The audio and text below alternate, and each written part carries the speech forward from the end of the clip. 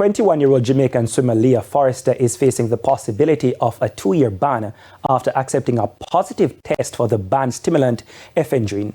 Attorney Saeed Bernard has confirmed exclusively with TVJ Sports that he's now representing the national athlete who returned the adverse analytical finding from an in-competition test conducted last month by JADCO at the Walter Rogers Swim Meet in Kingston.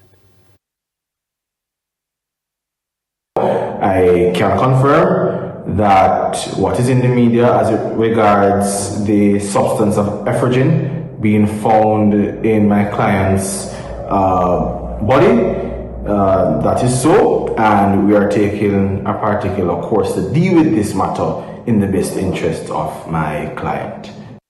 According to TVJ Sports sources, Forrester inadvertently consumed the banned substance in an over-the-counter flu medication.